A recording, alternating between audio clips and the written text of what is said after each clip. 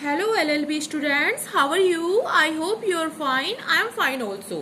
तो आज का ये वीडियो है आपके लिए बहुत ज़्यादा इम्पॉर्टेंट। इंग्लिश में काफ़ी स्टूडेंट्स जो है वो धोखा खा जाते हैं, चाहे उनकी इंग्लिश में कितनी ही अच्छी पकड़ क्यों नहीं है, लेकिन फिर भी उनको जो है फॉर्मेट क्वेश्चन पेपर का ना पता होने की वजह से जो है वो अपना पेपर जो है वो सॉल्व नहीं कर पाते हैं। लीगल लैंग्वेज भी कहते हैं इसे, जनरल इंग्लिश भी कहते हैं।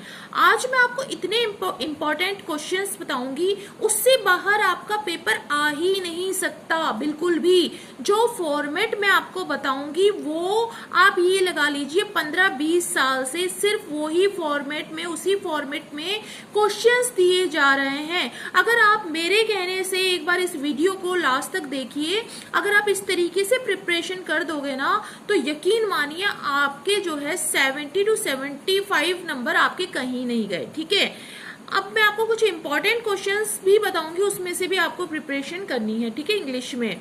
तो चलिए स्टार्ट करते हैं।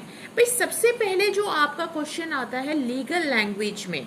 ठीक है, अगर आप 3 साल से बिलोंग करते हो, एनुअल मोड पे साल में होते हैं एग्जाम, सेमेस्टर वाइज के लिए भी है ये वीडियो। 6 महीने में आपके एग्जाम्स होते हैं, लीगल लैंग्वेज का आपका एग्जाम होगा, सबके लिए इंपॉर्टेंट है। तो देखिए पहला जो क्वेश्चन आपका होता है वो होता है आपका translate the following passage into English.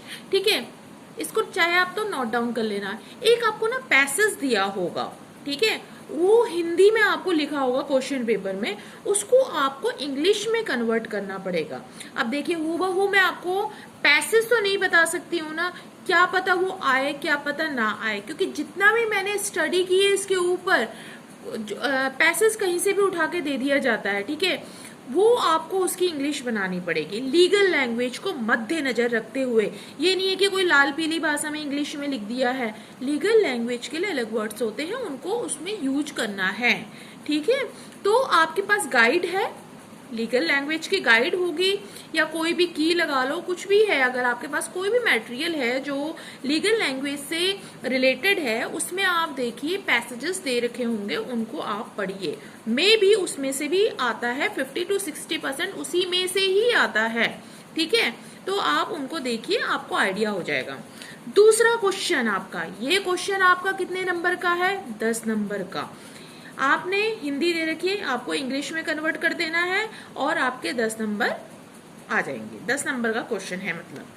अब आपका इसी का बी पार्ट आएगा, फर्स्ट का बी पार्ट है translate the following passage into Hindi. ठीक है, अब उसका अपोजिट कर दिया पहले वाले का।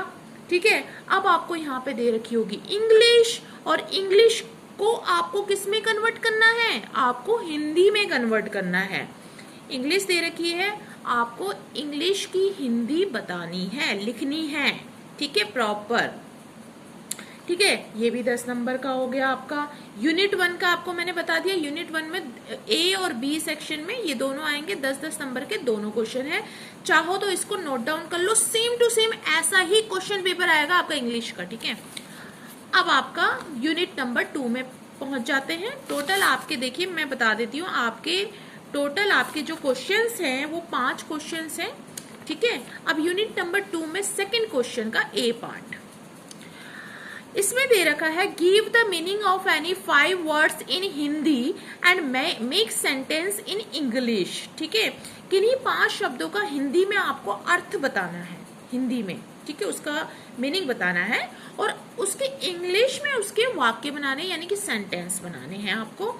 इसमें से कुछ इंपॉर्टेंट मैं आपको बता रही हूँ, इनको लिख लेना, नोट डाउन कर लेना, क्योंकि इसमें से भी आपके 5-6 तो इसमें से ही आ जाएंगे जो मैं आपको बता रही हूँ, क्योंकि ये इम्पोर्टेंट है। ठीक है, इसमें है एक abduction, cancellation, common object, damages, guilty intention, judicial separation,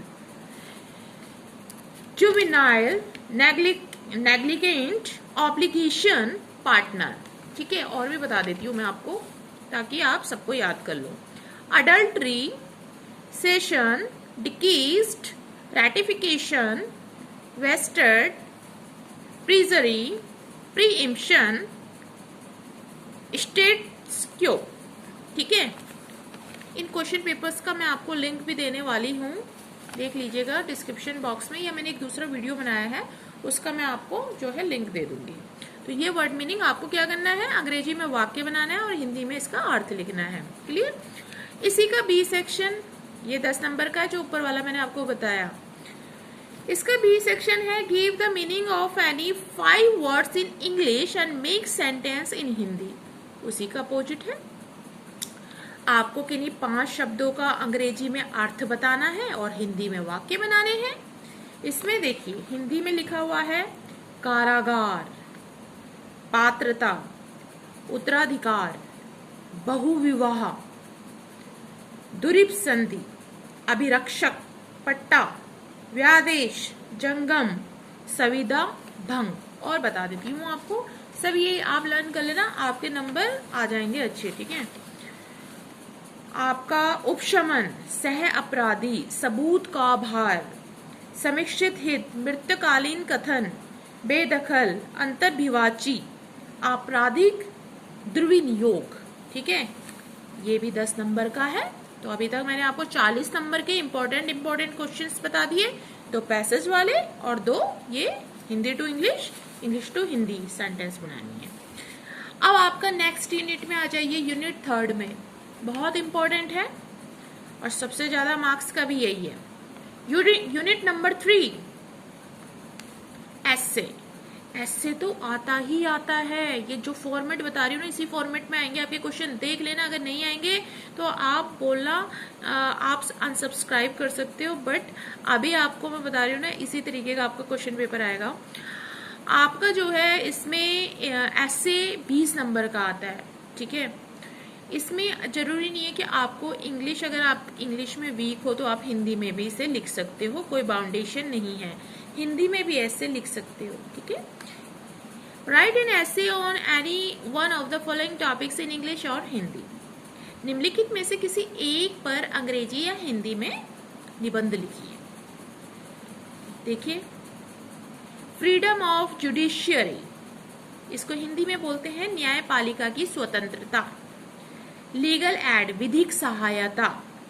problem of population, जनसंख्या की समस्या। प्रॉब्लम ऑफ ड्रिंकिंग वाटर, पीने के पानी की समस्या। और भी बता देती हूँ, ये जो मैं बता रही हूँ बहुत इंपॉर्टेंट है, इनको रीड कर लेना एक बार, 20 नंबर आपके खड़े हैं। कॉन्स्टिट्यूशनल पॉलिसी ऑफ रिजर्वेशन, आरक्षण पर संवैधानिक नीति। प्रॉब्लम ऑफ एनवायरमेंटल पॉल्यूशन, पर्यावरण प्रदूषण की समस्या। यूनिफॉर्म सिविल कोड, समान नागरिक संहिता। ठीक है, बता दिए मैंने आपको, ये आपको करना है। अब पहुंच जाते हैं हम यूनिट नंबर 4 में। इसमें आपका आएगा give synonyms of any 5 of the following words. किन्हीं 5 के पर्यायवाची शब्द बताइए। बचपन से पढ़ते हुए आए हैं, लेकिन ये लीगल लैंग्वेज का है तो आपको याद करने पड़ेंगे। इसमें से इम्पोर्टेंट है anger, bear, deliberate, believe, busy, develop, erect, fatal. और बता देती हूँ, काउंसिल, कानून, illicit, licence and judicious, negligent.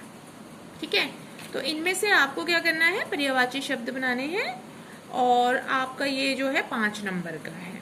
ठीक है, इसका ही बी पार्ट है, चौथे का बी पार्ट है give antonyms of any 5 words. किन्हीं 5 के विलोम शब्द बनाने हैं। अब आपको इंपॉर्टेंट है ability, attack, hope, import, like, enjoyment, frank, deep. ठीक है, और बता देती हूँ conviction, plaintive, wrong, retrospective, minor, negligence, mala fide. ठीक है, ये भी 5 नंबर का है। तो आपका 5-5 नंबर के यूनिट नंबर 4 में है, टोटल 10 मार्क्स का हो गया।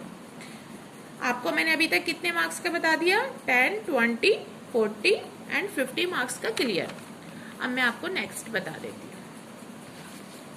इसी का सी पार्ट है, 4th का सी पार्ट है ये भी।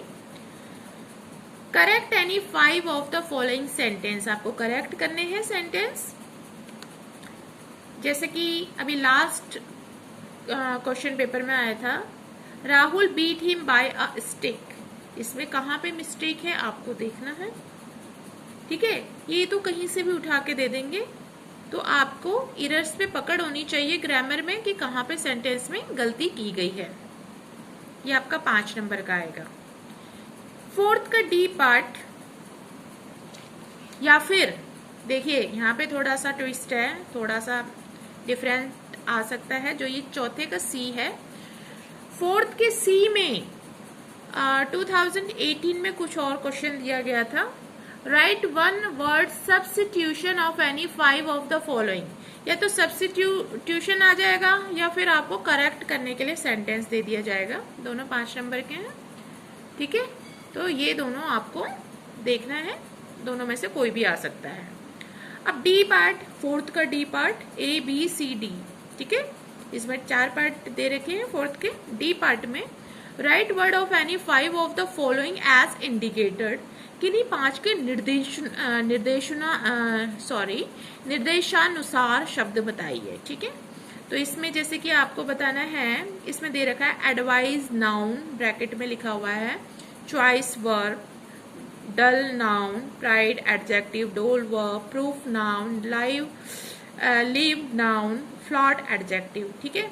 तो इसके आपको जो है शब्द बनाने हैं। या फिर डी में 2018 में जो आया था, मतलब या तो ये आएगा या फिर ये आएगा, ठीक है। दोनों में से कोई भी आएगा। तो ये भी 5-5 नंबर के हैं दोनों। Correct any 5 of the following sentence, correct करना पड़ेगा आपको सेंटेंस, ठीक है। ये मैं आपको बता चुकी हूँ। अब आपका हो गया ये आपका चौथा जो क्वेश्चन है वो 20 मार्क्स का हो गया है, ठीक है। अब 80 मार्क्स आपके कंप्लीट हो गए। अब यूनिट नंबर 5 में हम पहुंच जाते हैं। इम्पॉर्टेंट है और इसमें से आता ही आता है, और ये ज्यादा मार्क्स का भी होता है। इसमें कुछ नहीं करना होता आपको, या तो ये दिया रहेगा, देखिए यूनिट नंबर 5 में किन्हीं 2 के उत्तर हिंदी या अंग्रेजी में लिखिए। हिंदी में भी लिख सकते हो, अंग्रेजी में भी लिख सकते हो। Attempt any 2 of the followings in English और हिंदी।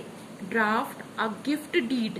ड्राफ्ट आप देखो गाइड के पीछे आपको दे रखा होगा ना, ये ड्राफ्टिंग वगैरह सब कुछ ये दे रखे हैं, तो उनको आप देखिए एक बार कैसे बनाते हैं।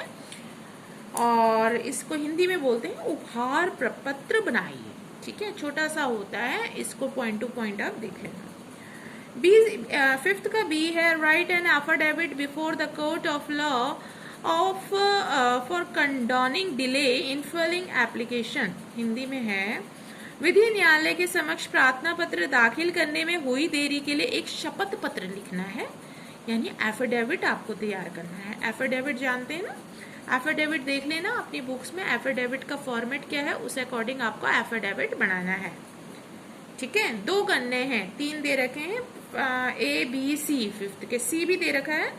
Right a notice of landlord for exacting the tenant. किराएदार को बेदखल करने के लिए मकान मालिक द्वारा नोटिस लिखिए। या तो आप नोटिस लिखिए 50 वर्ड्स का होता है, आई थिंक 50-60 का, वो बॉक्स के अंदर बंद कर दो। उसके ऊपर प्रॉपर अभी मैं वीडियो बनाऊंगी आपको, आपकी सहूलियत के लिए। तो आपको ये देखिए, आपके ये 10-10 नंबर के हैं दोनों। फिफ्थ में 3 दे रखे हैं, ABC 10-10 नंबर के हैं 2, ठीक है। और या तो फिर आपको वसीयत बनाने के लिए आएगा डीड, ठीक है। एक वसीयत विलेख तैयार कीजिए, या फिर अपने क्षेत्र की सफाई के संबंध में अधिकारी को प्रार्थना पत्र लिखिए। Write an application to the concern authority to maintenance of sanitary condition of our locality. या तो प्रार्थना पत्र आएगा एप्लीकेशन, या फिर लेटर आएगा, letter to the editor of newspaper suggesting reforms in electoral system. चुनावी व्यवस्था में सुधार हेतु सुझावात्मक पत्र समाचार पत्र के संपादक को लिखिए, ठीक है। या तो फिर आपको लेटर लिखना पड़ेगा।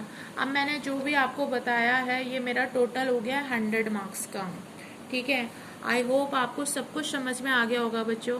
और अगर आपने लास्ट तक वीडियो देखा है तो जाते जाते प्लीज 1 सेकंड का टाइम जरूर दे देना मुझे। अब वीडियो पूरा देखा है ना, तो आप लाइक जरूर कर देना और सब्सक्राइब चैनल को जरूर कर देना, ताकि LLB से रिगार्डिंग आपको सब कुछ मैं बताती रहूं टाइम टू टाइम। आपके जितने भी एग्जाम्स है ना, उसमें कुछ ना कुछ तो आपको हेल्प मिलती रहेगी, ठीक है। तो प्लीज सब्सक्राइब जरूर कर देना और साथ में घंटी का बटन जरूर दबा देना। Thank you.